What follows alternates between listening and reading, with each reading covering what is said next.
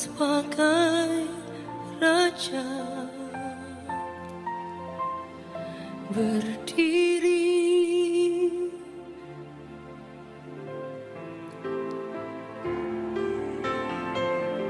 ditinggikan dan dipuji.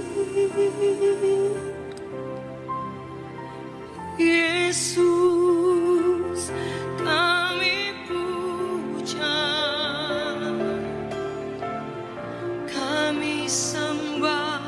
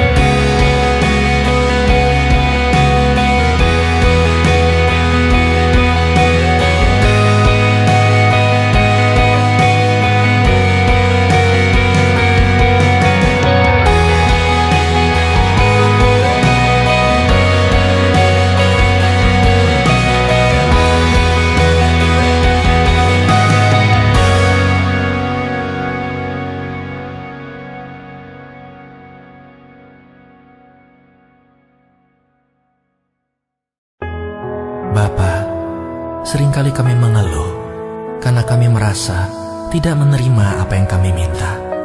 Namun kami lupa bahwa begitu banyak yang telah Kau kerjakan dan berikan bagi kami, bahkan di saat kami tidak memintanya.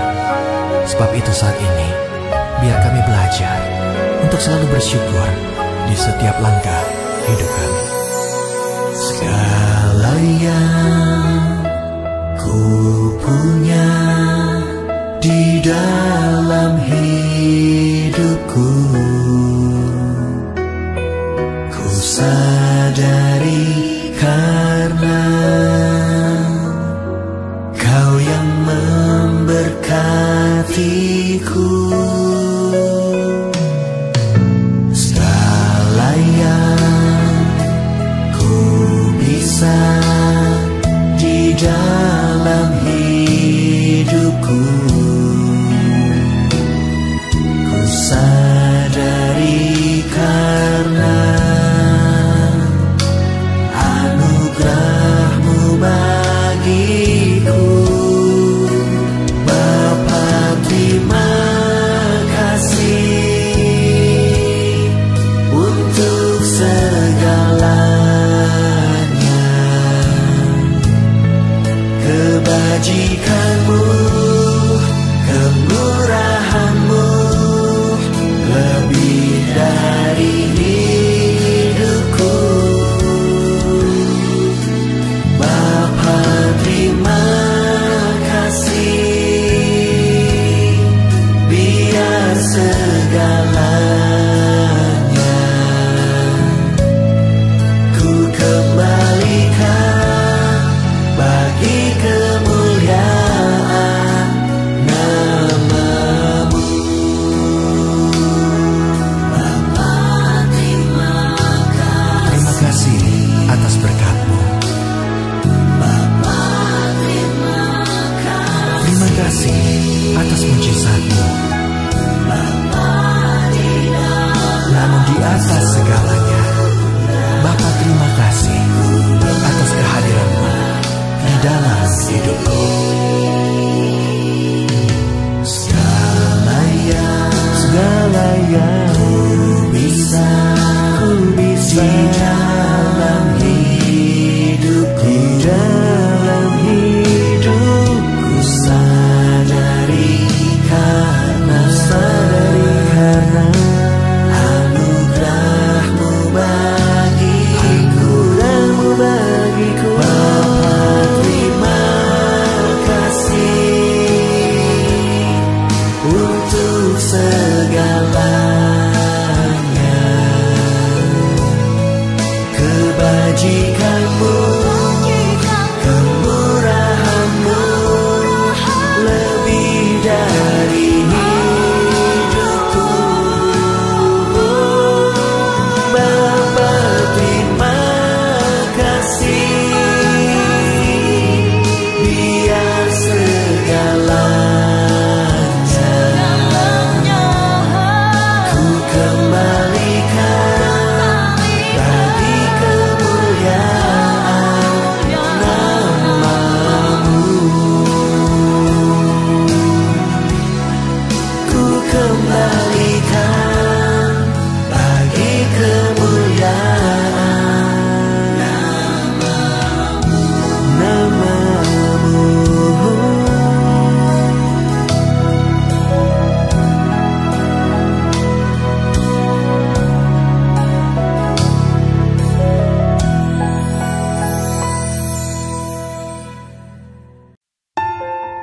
Tuhan itu lebih baik dari siapapun juga. Dan Tuhan itu lebih besar dari apapun juga. Sebab itu, kita dapat selalu percaya kepadanya. Kaulah yang mau memulihkanku, Kaulah yang tahu cara menolong diriku, dan Kaulah yang mampu mengangkat hidupku menjadi pemenang di dalam kuasa-Mu.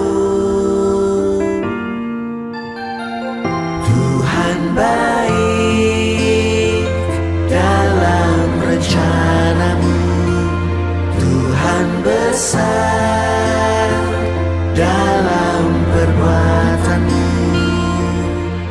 Ku yakin bila Kau yang membuat mujizat, semua akan menjadi nyata.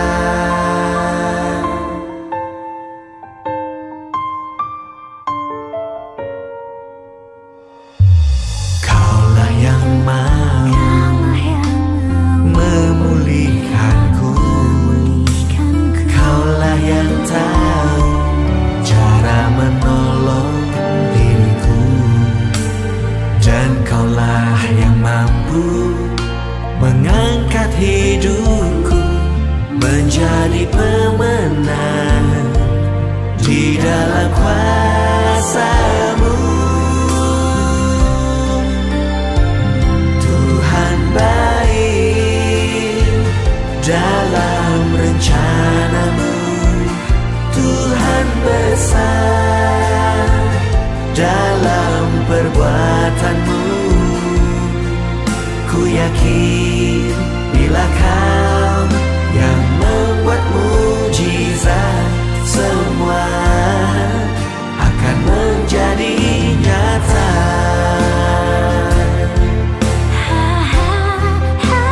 Menjadi nyata. Oh, Yesus Kau terbaik, Yesus Kau terbaik, Yesus Kau terbesar. Hatiku percaya Tuhan baik dalam rencana-Mu, Tuhan besar dalam perbuatan-Mu. Ku yakin bila Kau yang membuat mujizat, semua akan menjadi nyata. Oh, Tuhan baik dalam rencana-Mu, Tuhan besar dalam perbuatan-Mu. Ku yakin bila Kau yang membuat mujizat, semua akan menjadi nyata. Ku yakin bila Kau yang membuat mujizat, semua akan menjadi nyata.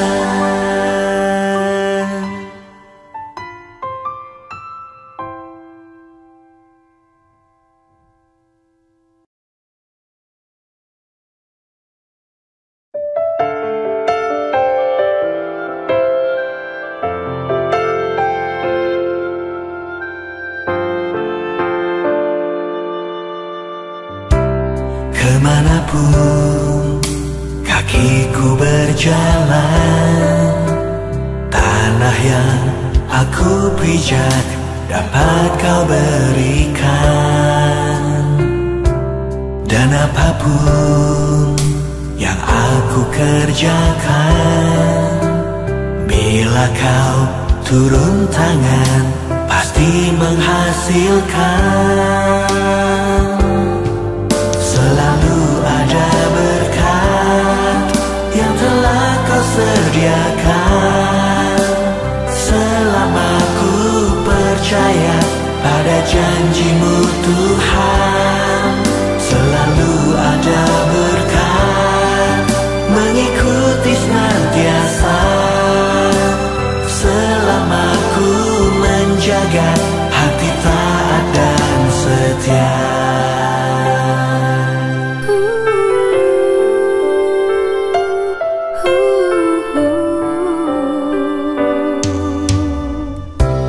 Kemanapun kakiku berjalan, tanah yang aku pijak dapat Kau berikan. apapun yang aku kerjakan, bila kau turun tangan pasti menghasilkan. Selalu ada berkat yang telah kau sediakan. Selama ku percaya pada janji-Mu Tuhan, selalu ada berkat mengikuti senantiasa. Selama ku menjaga hati taat dan setia.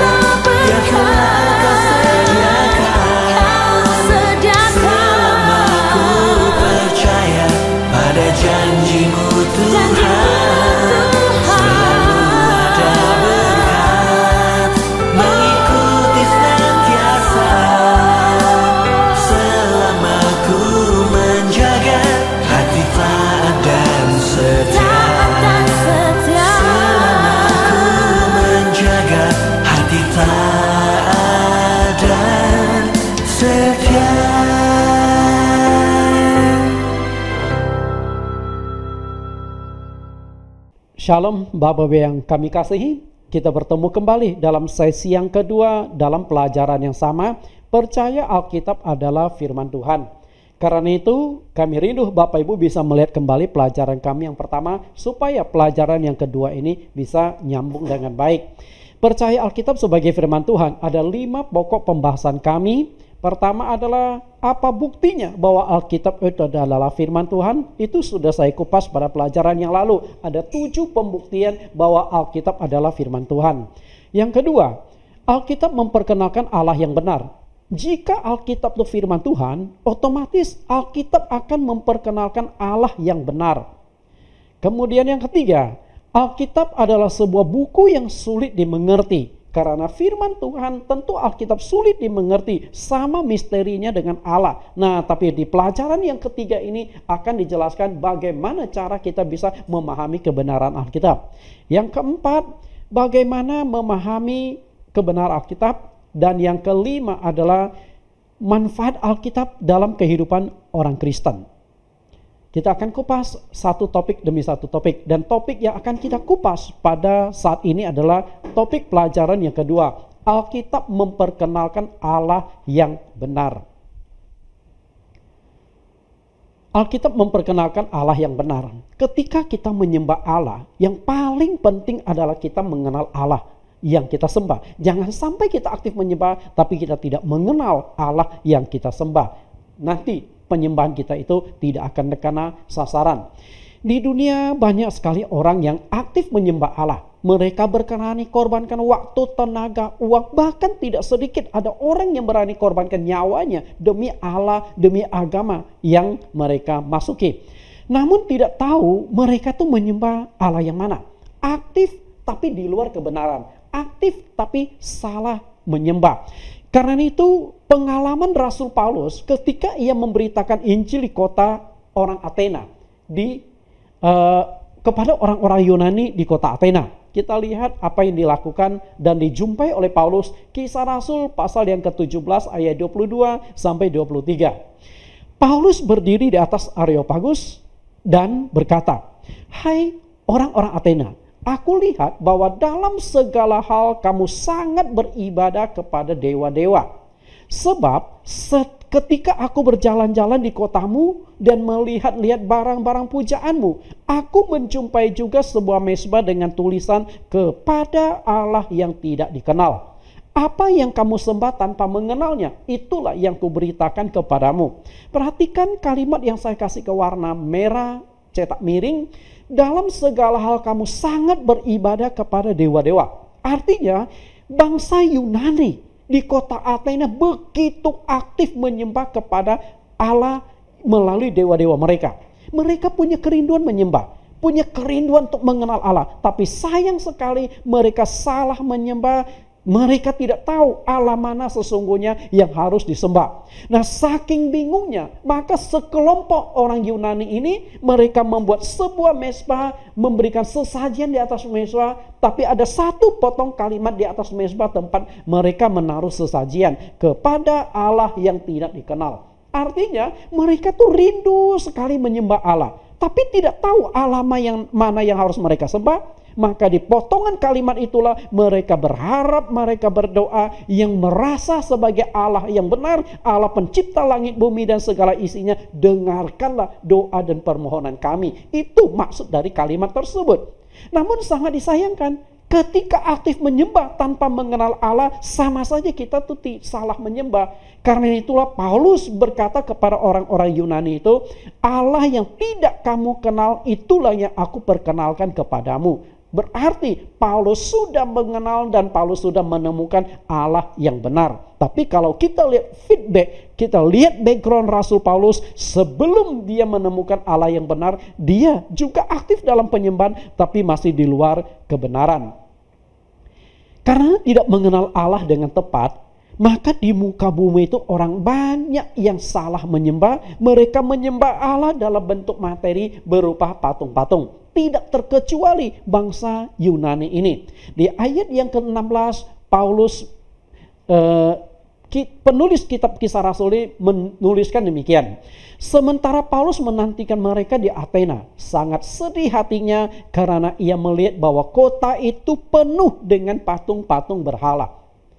Jadi waktu Paulus bertemu dengan mereka, Paulus melihat banyak sekali berhala-berhala, banyak sekali patung-patung yang mereka sembah. Di ayat yang ke-24 sampai 25, Allah yang kamu telah menjadikan bumi segala isinya, ia adalah Tuhan atas langit dan bumi, tidak diam dalam kuil-kuil buatan tangan manusia.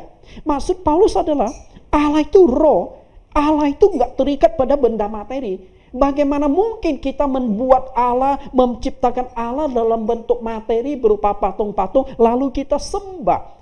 Dengan kata lain, kita menyembah apa yang kita ciptakan sendiri. Karena Allah itu roh, maka kita nggak bisa menyembah Allah dalam bentuk patung atau bentuk materi. Sehingga di ayat 25, dan juga tidak dilayani oleh tangan manusia, seolah-olah ia kekurangan apa-apa. Dialah yang memberikan hidup dan nafas dan segala sesuatu kepada semua orang. Allah adalah roh, dialah yang menciptakan langit bumi dan segala isinya. Karena itu Allah nggak akan kekurangan. Tanpa manusia pun Allah tetap Allah. Justru manusia yang membutuhkan Allah. Karena itu jangan kita punya pemikiran Allah yang membutuhkan aku. Tanpa aku Allah tidak bisa apa-apa. Itu satu konsep pemikiran yang keliru besar. Seakan-akan Anda itu lebih hebat dari Allah. Tapi faktanya di dalam praktek ibadah banyak orang demikian. Kalau tidak ada aku, maka gereja ini nggak akan maju. Kalau tidak ada aku, maka tidak ada lagi Allah yang disembah. Sebenarnya tidak demikian. Allah, dia tetap Allah tanpa manusia. Pesan terakhir Raja Daud kepada anaknya Salomo.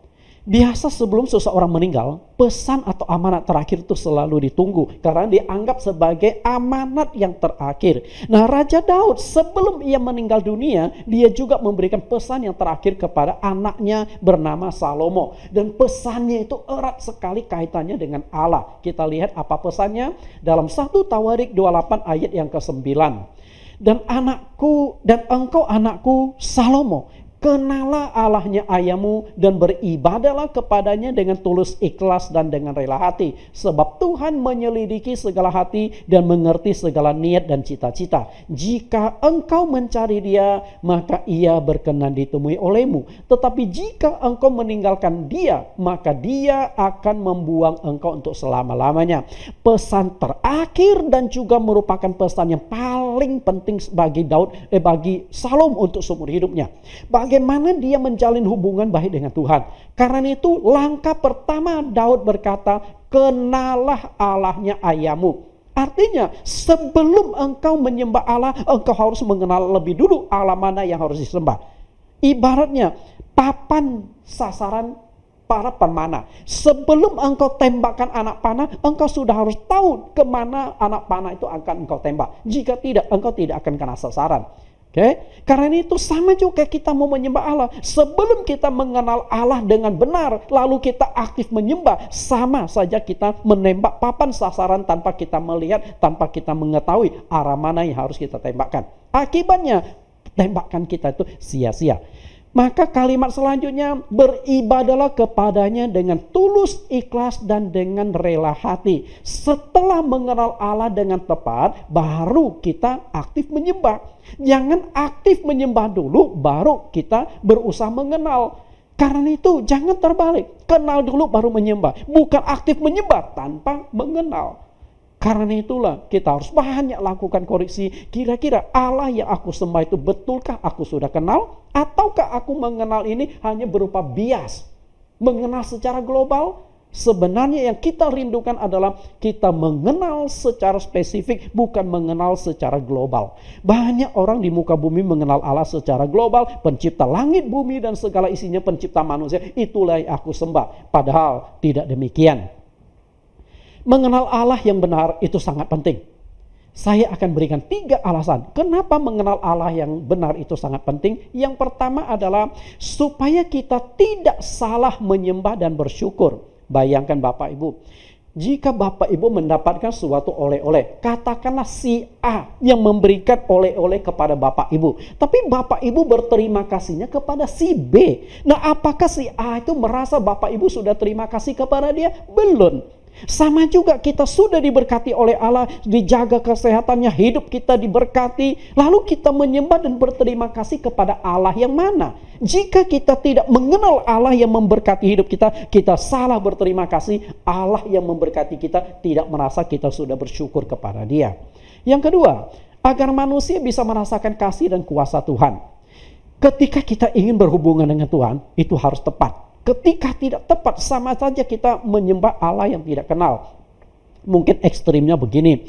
Ketika kita telepon kepada seseorang, katakanlah nomor teleponnya itu ada 10 digit. Dari 10 digit Bapak Ibu sudah menekan digit yang benar, dari angka 1 sampai 9 sudah benar. Tapi di angka yang terakhir kita salah tekan nomor. Dan akhirnya bukan orang yang kita ajak lawan bicara yang akan terima telepon kita, tapi orang lain. Apakah Bapak Ibu masih bisa melanjutkan obrolan itu? Pasti tidak bisa.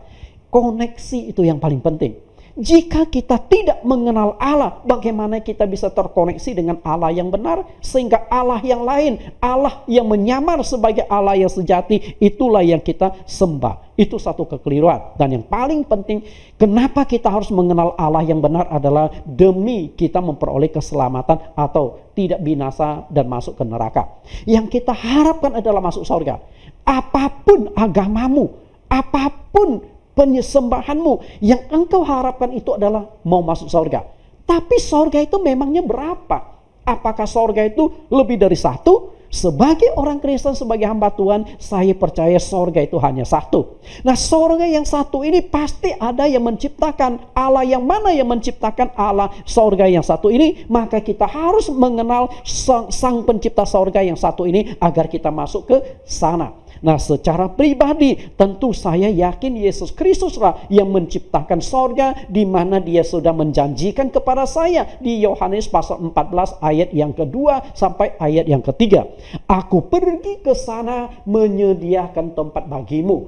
Nah, ketika kita mengenal Allah, maka kita akan memperoleh sorga yang diciptakan oleh Allah yang benar itu. Allah sang pencipta menghendaki manusia mencari, mengenal, dan menyembahnya. Di muka bumi saat ini ada kurang lebih 7 miliar manusia.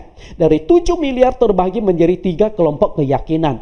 Ateis, penyembah Allah jamak, dan penyembah Allah tunggal. Dan di dunia ada 3 agama penyembah Allah tunggal. Agama Yudaisme, agama Kristen dan Katolik, dan agama Muslim, agama Islam. tiga agama penyembah Allah tunggal. Tapi pemahaman tentang Allah yang satu dengan agama yang lain itu berbeda-beda. Lalu Allah mana yang benar? Dengan kata lain, masih banyak sekali agama dan orang yang belum mengenal Allah secara tepat. Kita lihat Kisah Rasul 17 ayat 26-27. Dari satu orang saja ia telah menjadikan semua bangsa dan umat manusia untuk mendiami seluruh muka bumi, dan ia telah menentukan musim-musim bagi mereka dan batas-batas kediaman mereka, supaya mereka mencari Dia dan mudah-mudahan menjamah dan menemukan Dia walaupun ia tidak jauh dari kita masing-masing. Perhatikan kalimat yang saya kurung di sini, supaya mereka mencari Dia. Artinya dari satu orang Allah menciptakan manusia supaya semua orang yang diciptakan oleh Tuhan itu mencari dan menemukan Allah yang benar. Itu keinginan Allah. Allah menciptakan manusia dimulai dari satu orang. Karena itulah kalimat pertama dikatakan dari satu orang saja. Nah, yang dimaksudkan satu orang di sini adalah Adam. Selain menciptakan Adam, Allah tidak menciptakan manusia yang lain. Semua manusia itu berasal dari keturunan satu orang.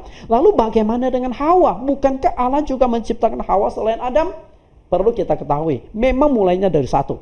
Karena apa? Hawa diciptakan dari tulang rusuk Adam.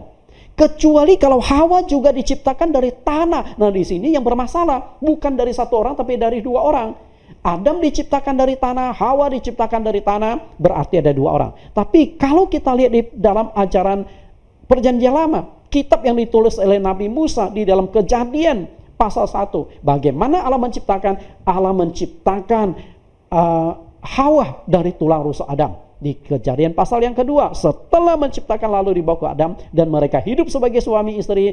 7 miliar manusia yang menghuni bumi pada saat ini berasal dari kedua orang ini. Nah, harapan Allah atau semua manusia yang diciptakannya adalah mencari dan mudah-mudahan menemukan Allah. Artinya Allah itu mestinya bisa ditemukan. Walaupun Allah itu roh, tapi manusia pasti sudah disediakan cara menemukan Allah yang adalah roh itu. Kalau tidak, bagaimana kalimat ini dikatakan mudah-mudahan menjamah dan menemukan Dia. Menjamah itu sama seperti Allah itu seakan-akan punya fisik, bisa kita kenal dengan baik. Allah itu roh. Bagaimana cara kita mengenal Allah yang adalah roh itu? Di Yesaya pasal 55 ayat yang ke-6, carilah Tuhan selama Ia berkenan ditemui, berserulah kepadanya selama Ia dekat. Jika Allah menghendaki manusia mencari dan mengenal Dia, pasti Allah juga sudah menyediakan cara atau jalan agar manusia itu bisa mencari dan mengenal Sang Pencipta. Kalau tidak, bagaimana ayat ini mengatakan cari Tuhan? Di mana kita harus mencari? Dan bagaimana kita harus mengenal? Pasti Allah memberikan cara atau jalan agar manusia bisa menemukan dan mengenal Allah dengan baik. Walaupun Dia itu adalah roh. Bapak Ibu pernah baca buku ini? Dan buku ini, cover ini saya dapatkan di internet. Soekarno, sang guru bangsa. Saya tidak tahu penonton sewaktu hidup beliau, hidup almarhum Bapak Ibu saat itu sudah lahir atau belum. Yang jelas pada saat saya lahir baru 3 bulan almarhum itu sudah meninggal dunia. Kita lihat, ketika kita ingin mengenal Soekarno, walaupun ketika almarhum itu meninggal saya baru berumur 3 bulan, tapi bukan menjadi halangan bagi saya untuk mengenal almarhum. Sama juga Bapak Ibu, walaupun Bapak Ibu waktu beliau masih hidup, Bapak Ibu sudah kenal Dia, sudah pernah mendengarkan pidatonya. Karena kita tahu dari sejarah beliau ini seorang proklamator yang pintar sekali berpidato, seorang pidato yang terkenal, bahkan disegani di luar negeri. Mungkin Bapak Ibu pernah mendengarkan pidatonya secara langsung, pernah ketemu dengan almarhum, tapi semua itu tidak menjamin Bapak Ibu bisa mengenal almarhum melebihi saya. Saya ada cara bagaimana saya bisa mengenal almarhum. Caranya adalah saya tinggal membeli buku tentang kehidupan beliau, yaitu autobiografi dari Soekarno. Bukankah begitu? Saya tidak pernah bertemu langsung. karena beliau meninggal usia saya 3 tahun.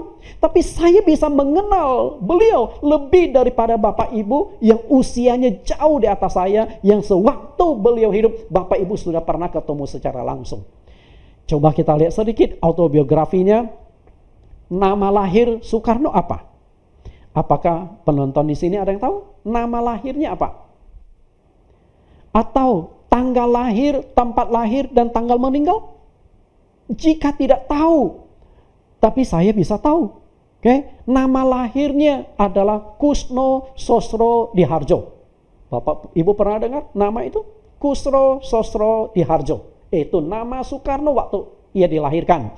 Nah, tanggal lahirnya 6 Juni 1901 dan tempat lahirnya di Surabaya, Jawa Timur. Nah ini sekilas tentang autobiografi dari almarhum. Dan tanggal meninggalnya adalah 21 Juni 1970. Sedangkan saya lahir 27 April 1970. Beberapa bulan saya dilahirkan, almarhum sudah meninggal. Karena itulah, kalau mau mengenal beliau, saya bisa mengenal karena bisa membaca autobiografi dari Bapak Proklamator kita. Itu caranya. Nah, lalu kita coba koneksikan dengan Allah. Allah itu roh. Demikian pula bila kita ingin mengenal Allah, maka cara satu-satunya adalah melalui autobiografinya Allah, yaitu Alkitab.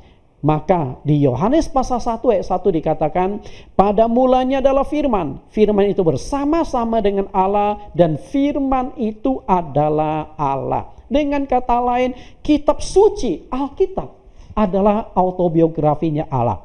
Bapak Ibu ingin mengenal Allah yang tepat, ingin mengenal Allah yang benar lewat firman Tuhan ini. Karena mulanya adalah firman, firman itu bersama-sama dengan Allah dan firman itu adalah Allah. Walaupun Allah adalah roh, tapi perkataan Allah sudah dimasukkan ke dalam buku menjadi letter L. Ketika kita memahami firman Tuhan, maka kita juga akan memahami Allah. Ketika kita mengenal firman Tuhan, maka kita juga akan mengenal Allah. Karena itu sangat penting sekali hubungan firman Tuhan dengan Allah.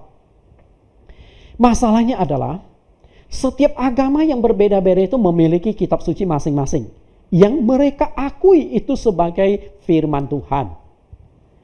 Kitab suci mana yang bisa dan benar-benar dikatakan sebagai firman Tuhan? Kita lihat skema ini. Agama A dengan kitab suci. Agama dengan kitab suci tidak bisa dipisahkan. Agama A punya kitab suci A dan itu mereka akui sebagai firman Tuhan. Agama B punya kitab suci B, diakui firman Tuhan. C, D, dan E, semua agama itu masing-masing punya kitab suci. Dan mereka yakin kitab suci mereka adalah firman Tuhan. Kalau begitu, yang manakah yang bisa dikatakan sebagai firman Tuhan? Itu yang paling penting. Karena firman Tuhan itu sangat penting untuk kita mengenal Tuhan. Sama seperti perkataan saya, ide pikiran saya, itu sangat penting ketika Bapak Ibu ingin mengenal saya. Tidak bisa dipisahkan satu dengan yang lain. Ketika kita bicara firman Tuhan, pada pelajaran yang lalu saya sudah buktikan Alkitab adalah firman Tuhan dengan 7 pembuktian. Silakan Bapak Ibu lihat atau download kembali pelajaran yang lalu. 7 bukti Alkitab adalah firman Tuhan. Nah, kalau Alkitab adalah firman Tuhan, pasti Alkitab juga akan memperkenalkan Tuhan yang benar, yang layak disembah, Tuhan pencipta langit, bumi, dan segala isinya. Saya percaya Alkitab atau kitab suci adalah firman Tuhan yang memperkenalkan Allah yang benar. Karena itulah Nabi Hosea mengatakan demikian. Hosea pasal 4 ayat yang ke-6, umatku binasa karena tidak mengenal Allah. Karena engkaulah yang menolak pengenalan itu, maka aku menolak engkau menjadi imamku. Karena engkau melupakan pengajaran Allahmu, maka aku juga akan melupakan anak-anakmu. Bapak Ibu tangkap nggak maksudnya di sini? Umatku binasa. Kenapa umat Allah masih bisa binasa? Permasalahannya adalah karena tidak mengenal Allah.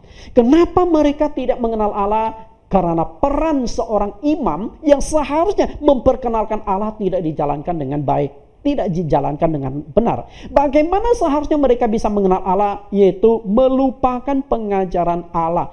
Pengajaran Allah ini berbicara firman Tuhan. Firman Tuhan yang diajarkan. Artinya melalui firman Tuhan yang diajarkan secara benar, seseorang akan bisa mengenal Allah dengan benar. Kalau firman yang dipegang itu bukan firman Tuhan, maka tidak akan bisa mengenal Allah dengan tepat. Walaupun itu diajarkan. Karena itulah ketika kita mau mengenal Allah yang benar, maka kita terlebih dulu harus mengenal firman Tuhan. Karena firman Tuhan itu memperkenalkan Allah yang yang benar. Maka kita harus mengajarkan secara benar firman Tuhan itu. Lewat Alkitab kita bisa mengenal siapakah sesungguhnya Yesus Kristus itu. Dan melaluinya kita akan memperoleh hidup yang kekal. Di Yohanes pasal yang kelima ayat 38 sampai ayat yang ke-40. Kita lihat bagaimana Yesus menjelaskan koneksi antara dia dengan firman Tuhan. Dengan Alkitab ini. Kita baca Yohanes pasal 5 ayat 38. Dan firman-Nya tidak menetap di dalam dirimu, sebab kamu tidak percaya kepada Dia yang diutusnya. Artinya firman Tuhan tidak menetap di hatimu, maka engkau tidak akan mungkin percaya kepada Yesus. Ayat 39. Kamu menyelidiki kitab-kitab suci, sebab kamu menyangka bahwa olehnya kamu mempunyai hidup yang kekal. Tetapi walaupun kitab-kitab suci itu memberi kesaksian tentang aku, namun kamu tidak mau datang kepadaku untuk memperoleh hidup itu. Perhatikan kalimat yang saya cetak miring dan warna merah terus diberi garis bawah. Kamu menyelidiki kitab-kitab suci. Oke, Yesus berkata, kamu menyelidiki kitab-kitab suci. Yang dimaksudkan di sini tentunya kitab suci perjanjian lama. Tapi bagi kita hari ini tentu kitab suci perjanjian lama dan perjanjian baru. Kamu menyelidiki kitab-kitab suci. Dan Yesus katakan di kalimat kedua yang saya kasih warna merah, kitab-kitab suci memberi kesaksian tentang aku. Artinya kalau Bapak Ibu ingin mengenal siapakah Yesus Kristus ini, harus baca Alkitab ini. Baru kita akan temukan. Nah, lalu siapa sesungguhnya Yesus? Tentu sebagai seorang hamba Tuhan saya yakin Yesus Kristus adalah Allah, Yesus Kristus adalah Tuhan, satu-satunya juru selamat dunia. Nah, untuk lebih mengenal siapakah Yesus Kristus itu, Bapak Ibu bisa membuka kembali di link YouTube kami. Ada dua pelajaran yang saya jelaskan siapakah Yesus itu. Pertama adalah memperkenalkan Yesus sebagai Allah Sang Pencipta. Yang kedua adalah memperkenalkan Yesus sebagai Juru Selamat Tunggal. Silakan Bapak Ibu nonton kembali supaya bisa nyambung di sini. Alkitab, Perjanjian Lama dan Perjanjian Baru. Kitab suci orang Kristen terbagi menjadi dua bagian. Bagaimana hubungan antara Perjanjian Lama dengan Perjanjian Baru? Banyak pendeta berkata bahwa Perjanjian Lama dinyatakan sudah tidak berlaku lagi.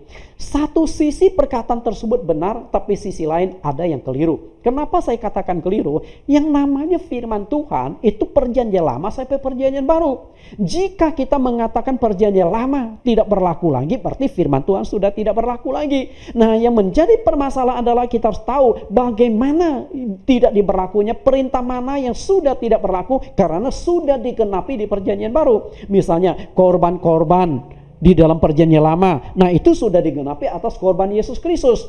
Hari raya di dalam Perjanjian Lama, nah sudah digenapi di dalam Perjanjian Baru atas diri Yesus Kristus. Sunat di Perjanjian Lama sudah digenapi melalui baptisan. Jadi banyak penggenapan sehingga tidak bisa dikatakan tidak berlaku lagi. Kita lihat bagaimana hubungan Perjanjian Lama dengan Perjanjian Baru. Hubungan Perjanjian Lama dengan Perjanjian Baru itu ibarat sebatang pohon. Coba Bapak Ibu perhatikan pohon ini. Pohon apa ini Bapak Ibu? Bapak Ibu bisa melihat kira-kira pohon apa ini? Coba ditebak sebentar. Pohon apakah ini? Nah, Alkitab Perjanjian Lama dan Perjanjian Baru ibarat pohon ini. Perjanjian Lama itu dari batang sampai ke akarnya, itu Perjanjian Lama. Okay? Karena itu jika kita hanya pegang di Perjanjian Lama, kita hanya mendapatkan batang dan akar. Nah, bangsa Israel pegangnya Perjanjian Lama, jadi mereka hanya pegang batang dan akar. Di atasnya mereka tidak menemukan pohon apakah ini dan tidak bisa menikmati buah dari pohon tersebut. Kemudian kita lihat gambar selanjutnya. Perjanjian baru adalah cabang, daun, dan buah. Itu perjanjian baru. Nah, setelah itu kita lihat pohon apakah ini. Nah, ternyata itu adalah pohon pepaya. Bapak Ibu, jadi kalau sudah begini akan lengkap. Perjanjian lama dan perjanjian baru, artinya pohon ini sudah utuh sepenuhnya. Karena itu ketika kita memegang Alkitab, nggak bisa hanya perjanjian baru kita pegang, perjanjian lama kita tinggalkan. Tidak, perjanjian lama dengan baru itu tetap tidak boleh dipisahkan. Makanya Alkitab dicetak, selalu dicetak berhubungan perjanjian lama dengan perjanjian baru menjadi satu kitab yang begitu sempurna. Walaupun ada sekelompok pencetak Alkitab yang hanya mencetakkan kitab tertentu atau kitab perjanjian baru, ya itu nggak ada masalah. Tapi yang paling bagus adalah mencetaknya secara lengkap. Perjanjian lama sampai perjanjian baru. Karena tidak bisa dipisahkan satu dengan yang lainnya. Perjanjian lama adalah nubuat. Perjanjian baru adalah penggenapan. Nah, tidak bisa dipisahkan. Nubuat dan penggenapan. Jika Bapak Ibu hanya pegang perjanjian baru, bagaimana Bapak Ibu tahu nubuat itu ada, lalu apakah nubuat itu sudah digenapi atau belum? Kita nggak akan tahu. Tapi kalau kita pegang secara utuh perjanjian lama sampai perjanjian baru, nubuatnya apa, penggenapannya apa, kita akan bisa tahu.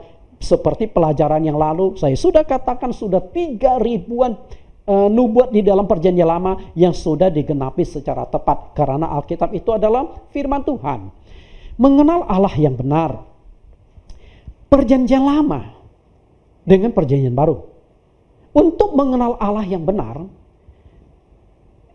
mengenal Allah di perjanjian lama, itu masih bias. Siapakah Allah sesungguhnya? Coba Bapak Ibu lihat, di perjanjian lama, bangsa Israel pegang perjanjian lama. Apakah mereka sudah mengenal Allah dengan benar, dengan tepat? Saya katakan belum, nanti saya akan buktikan. Nah, sedangkan perjanjian baru, kita mengenal Allah lebih spesifik. Karena mengenal Allah di dalam diri Yesus Kristus. Artinya ketika engkau mengenal Yesus, mestinya engkau sudah mengenal Allah secara tepat. Nah, lihat kembali pelajaran saya yang lalu, siapakah Allah yang benar itu? Perjanjian lama maupun perjanjian baru, fokus hanya ada satu tokoh, yaitu Yesus Kristus. Karena itu, perjanjian lama yang begitu tebal hanya memperkenalkan satu tokoh, Yesus Kristus. Perjanjian baru, lebih jelas lagi, hanya memperkenalkan Yesus Kristus. Dengan kata lain, Alkitab hanya memperkenalkan satu tokoh, satu figur, yaitu Yesus Kristus. Begitu tebalnya Alkitab hanya memperkenalkan satu sosok. Nabi, rasul, semua tokoh-tokoh penulis, semua tokoh-tokoh di dalam Alkitab itu hanya memperkenalkan satu, yaitu Yesus Kristus. Karena di dalam perjanjian lama sudah banyak nubuat akan datang lahir Yesus Kristus menjadi Tuhan dan Juru Selamat. Mengapa bangsa Israel itu tidak mengenal Allah dengan benar? Karena mereka hanya memegang perjanjian lama untuk mengenal Allah. Kita lihat kembali gambar tadi. Perjanjian lama, nubuat, perjanjian baru, penggenapan. Nah, antara nubuat dan penggenapan itu nggak bisa dipisahkan. Perjanjian lama mengandung banyak nubuat, sedangkan perjanjian baru penggenapan dari nubuat tersebut. Nah, di sini baru bisa membentuk satu pohon itu secara utuh. Bapak Ibu tidak bisa hanya pegang perjanjian baru. Jika hanya pegang perjanjian baru, berarti kita hanya memegang dari pohon sampai buahnya. Kita nggak bisa hidup karena tidak ada akar dan tidak ada pohonnya. Karena itu harus pegang secara utuh. Sedangkan bangsa Israel itu hanya memegang dari akar sampai ke batang pohon. Mereka tidak lanjutkan lagi ke atas. Sehingga mereka tidak percaya, tidak menemukan Yesus Kristus sebagai Tuhan dan Juru Selamat. Itulah problem yang terjadi pada bangsa pilihan. Apakah bangsa Israel sudah mengenal Allah dengan benar? Menurut saya belum. Kenapa saya katakan belum? Kita lihat. Bangsa Israel itu belum mengenal Allah dengan benar. Mereka mengenal Allah itu secara bias. Mengenal Allah secara bias itu bagaimana? Mereka hanya tahu Allah yang mereka sembah adalah Allah pencipta langit, bumi, dan segala isinya. Itu pertama. Lalu yang kedua adalah Allah yang mereka sembah adalah Allah nenek moyang mereka, Allah Abraham, Allah Ishak, dan Allah Yakub. Karena itu di dalam perjanjian lama, khususnya di dalam kitab Taurat Musa, selalu ditekankan 3 generasi ini. Allah Abraham, Allah Ishak, dan Allah Yakub. Artinya apa? Mengenal Allah itu mereka belum secara pribadi. Mereka masih mengenal Allah melalui nenek moyang mereka. Nah, permasalahannya adalah apakah Abraham, Ishak dan Yakub sudah benar-benar mengenal Allah dengan tepat? Bisa iya, bisa tidak. Bisa iya. Apakah Abraham, Ishak dan Yakub pernah memperkenalkan nama Allah? Tidak. Kalau gitu, kemungkinan pengenalan itu belum secara spesifik juga. Allah yang menuntun nenek moyang mereka keluar dari Mesir menuju ke tanah Kanaan. Nah, itu pengenalan juga bias. Mereka tahu ada satu Allah yang sudah melakukan mujizat, melakukan 10 tulah di Mesir. Setelah itu Allah yang sama itu yang menuntun mereka masuk ke tanah Kanaan, membawa mereka ke tanah perjanjian. Ini Allah itu yang mereka sembah. Tapi siapa dan bagaimana menyembahnya, mereka juga belum secara spesifik. Nah, itulah pengenalan bangsa Israel terhadap Allah. Banyak ayat Alkitab yang membuktikan bahwa bangsa Israel ini belum mengenal Allah dengan benar. Saya kutip satu ayat yang dikatakan oleh Yesus Kristus. Yohanes 8 ayat 17 sampai 19. Dan dalam Taurat, kitab Tauratmu ada tertulis bahwa kesaksian 2 orang adalah sah. Akulah yang bersaksi tentang diriku sendiri dan juga Bapa yang mengutus aku bersaksi tentang aku. Ayat 19, maka kata mereka kepadanya, di manakah Bapamu? Jawabnya, baik aku maupun Bapakku tidak kamu kenal. Jikalau sekiranya kamu mengenal aku, kamu juga mengenal Bapakku. Perhatikan kalimat yang saya cetak miring, garis bawah dan warna merah. Baik aku maupun Bapakku tidak kamu kenal. Dan Yesus katakan, kalau engkau sudah mengenal aku, pasti kamu juga sudah mengenal Bapakku. Padahal bangsa Israel itu sudah aktif menyembah Allah di perjanjian lama. Allah yang menciptakan langit bumi, Allah yang disembah nenek moyang mereka, Allah yang menuntun mereka keluar dari Mesir menuju ke tanah Kanaan. Karena itu Allah yang mana? Dan Yesus katakan, kalau kalian sudah mengenal Allah di dalam perjanjian lama dengan tepat, seharusnya kalian mengenal aku juga dengan tepat. Kalau engkau sudah mengenal aku dengan tepat, mestinya engkau juga sudah mengenal Allah dengan tepat. Maksud di sini adalah mestinya Yesus Kristus adalah Allah. Dan kitab suci orang Kristen memperkenalkan Yesus Kristus baik perjanjian lama maupun perjanjian baru. Bukanlah hal yang mudah untuk bisa mengenal Allah yang benar. Kenapa demikian? Karena Allah itu adalah roh. Akibatnya banyak orang salah atau tidak mengenal Allah sehingga mereka salah menyembah. Allah itu roh. Seperti yang dikatakan oleh Yesus. Kamu menyembah apa yang tidak kamu kenal. Kami menyembah apa yang kami kenal sebab keselamatan datang dari bangsa Yahudi. Artinya untuk bisa mengenal Allah lebih tepat harus lewat bangsa Yahudi. Allah itu roh dan barang siapa menyembah dia harus menyembahnya dalam roh dan kebenaran. Inilah yang menjadi kesulitan bagi manusia mengenal dan menyembah Allah. Dia itu roh. Bagaimana kita bisa mengenal roh itu? Karena tidak memiliki wujud yang nyata.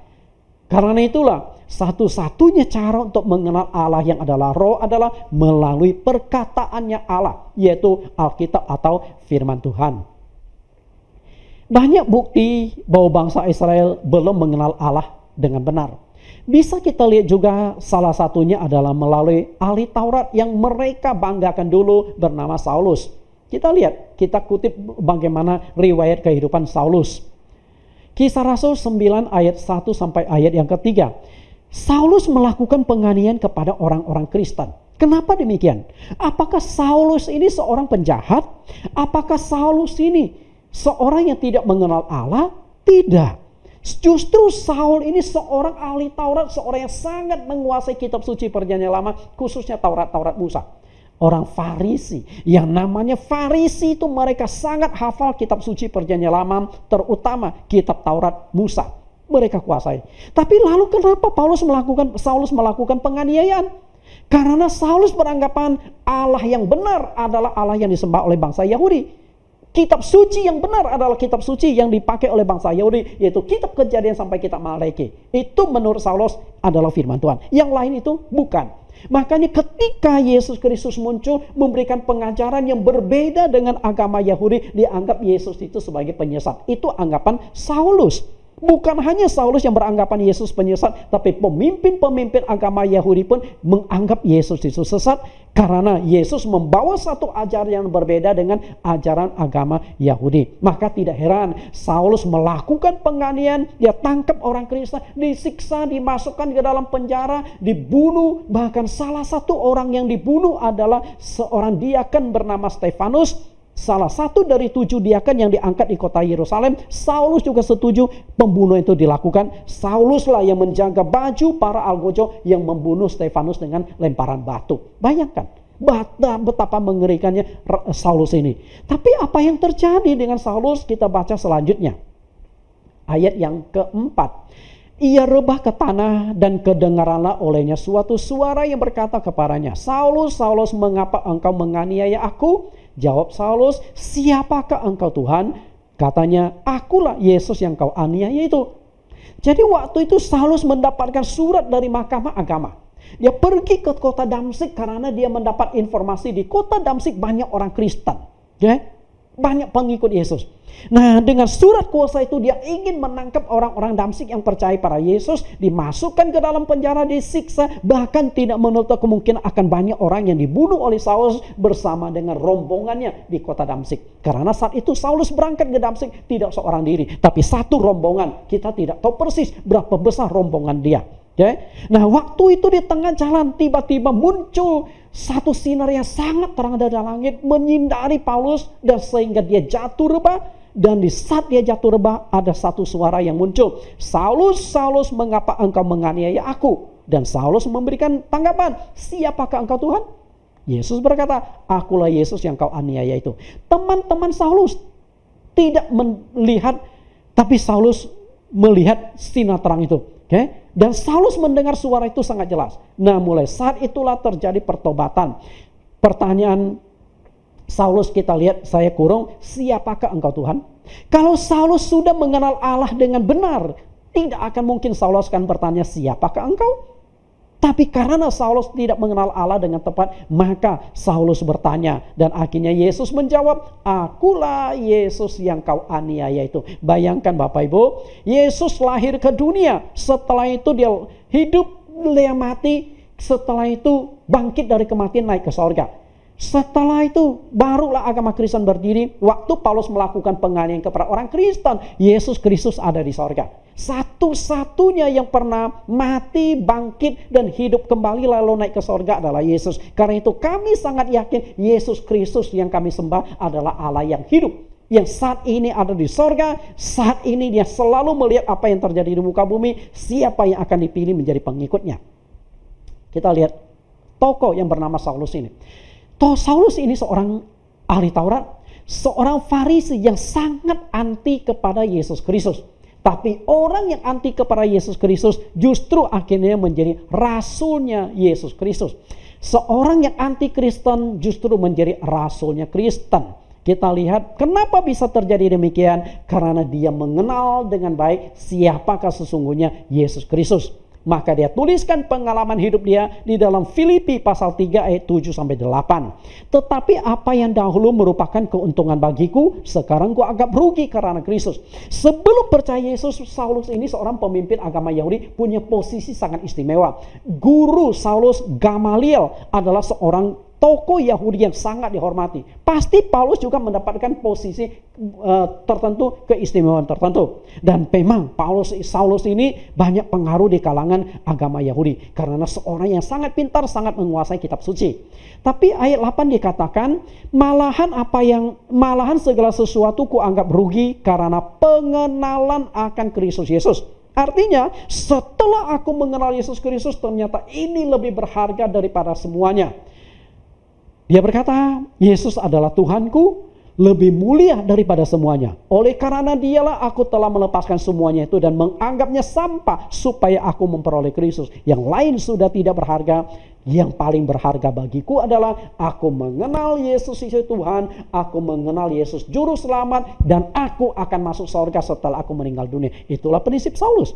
Karena itu semuanya dianggap sampah. Yang paling berharga adalah Yesus, karena dia tahu Yesus adalah Allah. Dia sudah menemukan Allah yang benar.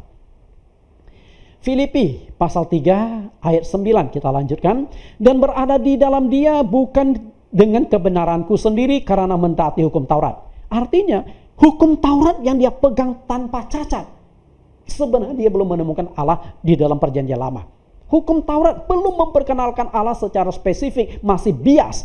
Allah Abraham, Allah Ishak dan Allah Yakub, Allah pencipta langit bumi dan segala isinya, Allah yang menuntun bangsa Israel keluar dari Mesir menuju ke tanah Kanaan. Itu pengenalan secara bias.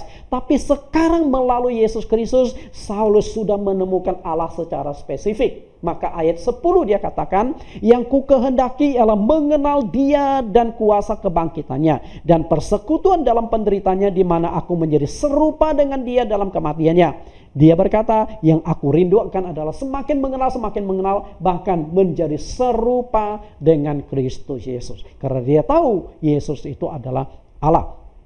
Nah, kita lihat hasil pengenalan Paulus kepada Yesus. Seperti apa? Dan dia tuliskan di dalam kitab suci, di dalam surat-surat yang ditulis. Ini hasil pengenalan Paulus secara pribadi kepada Allah. 1 Timotius pasal 3 ayat 16.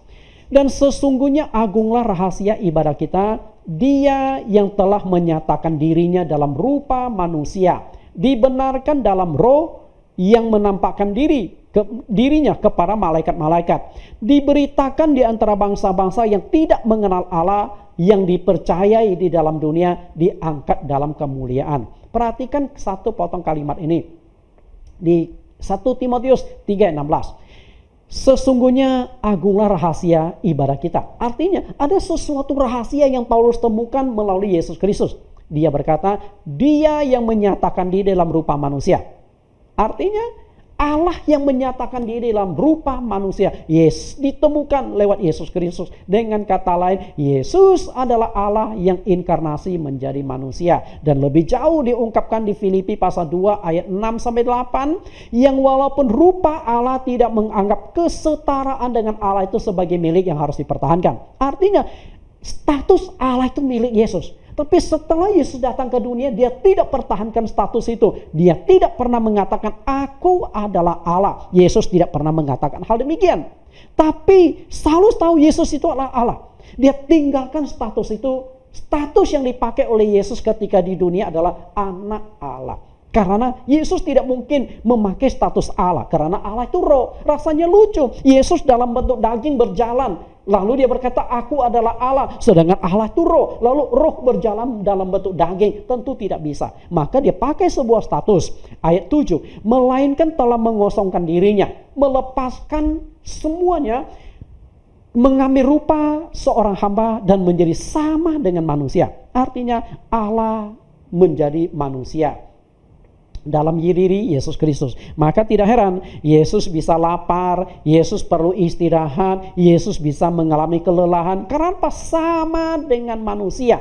Secara fisik dia adalah manusia, tapi secara roh Yesus Kristus adalah Allah. Ayat 8. Dan dalam keadaan sebagai manusia, ia telah merendahkan dirinya dan taat sampai mati, bahkan sampai mati di kayu salib. Sebagai manusia, Yesus belajar tentang ketaatan. Inilah pengenalan Saulus kepada Allah.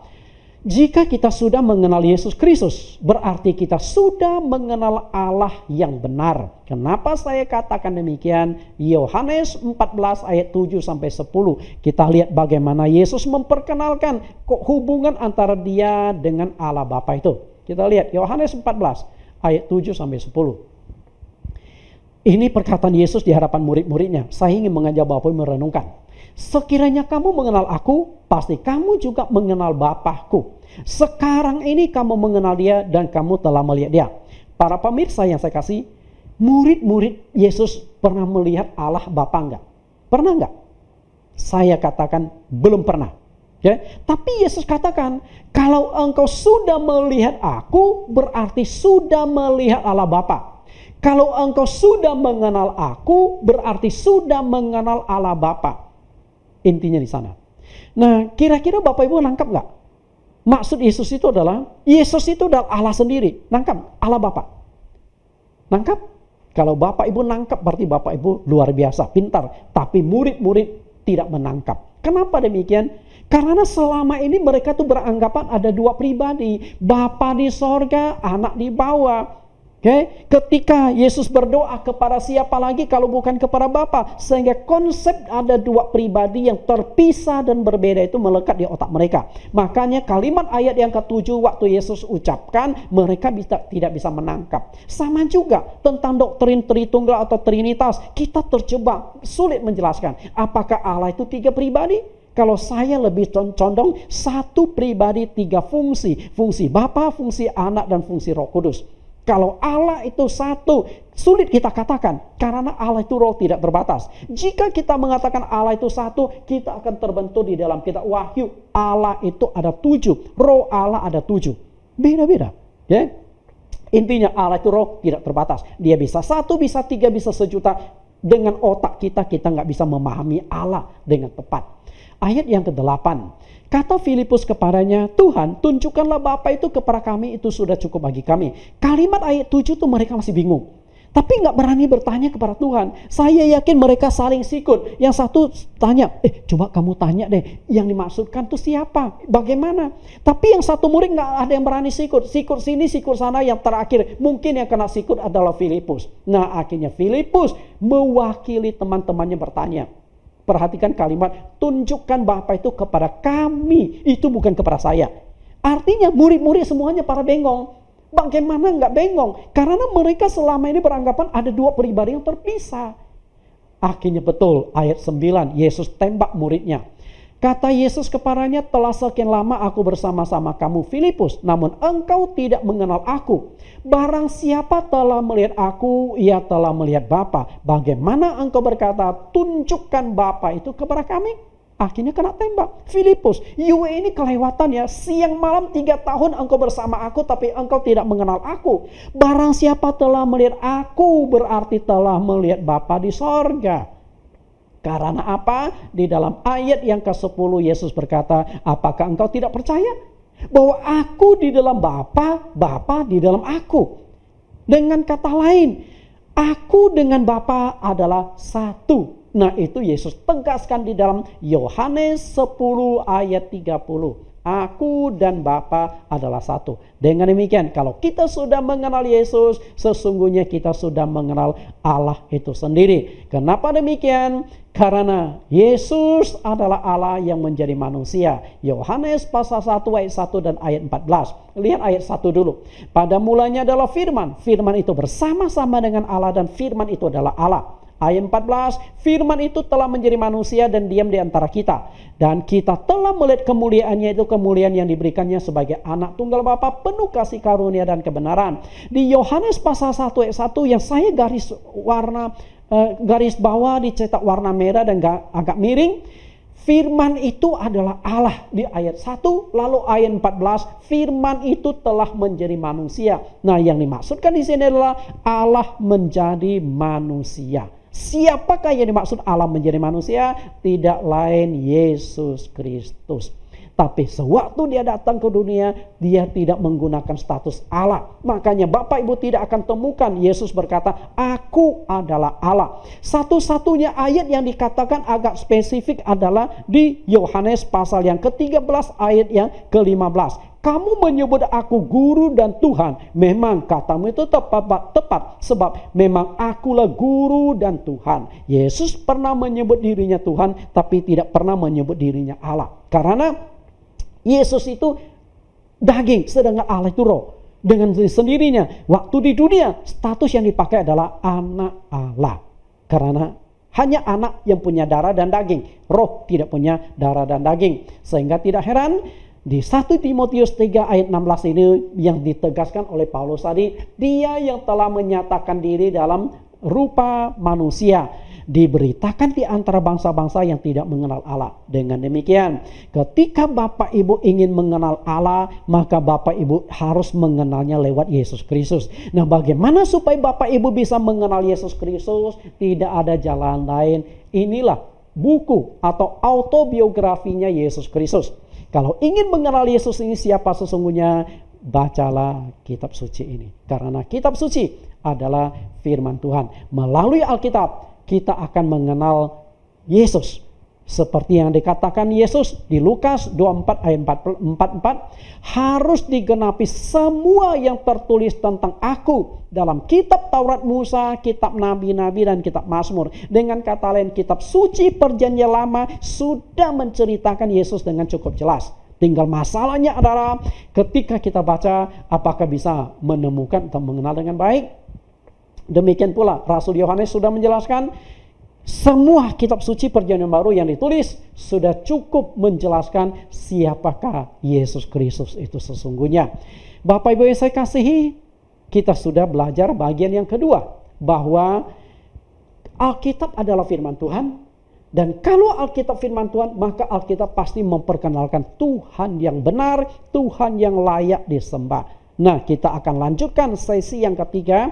Namun ketika Bapak Ibu membaca Alkitab, kita mengalami benturan. Benturannya adalah Alkitab itu sulit dimengerti. Dan saya akan buktikan bahwa Alkitab memang sulit dimengerti. Tapi tentunya saya juga akan berikan solusi juga di pelajaran yang keempat, bagaimana memahami kebenaran Alkitab. Tuhan Yesus memberkati. Kita akan tundukkan kepala, kita akan berdoa sejenak.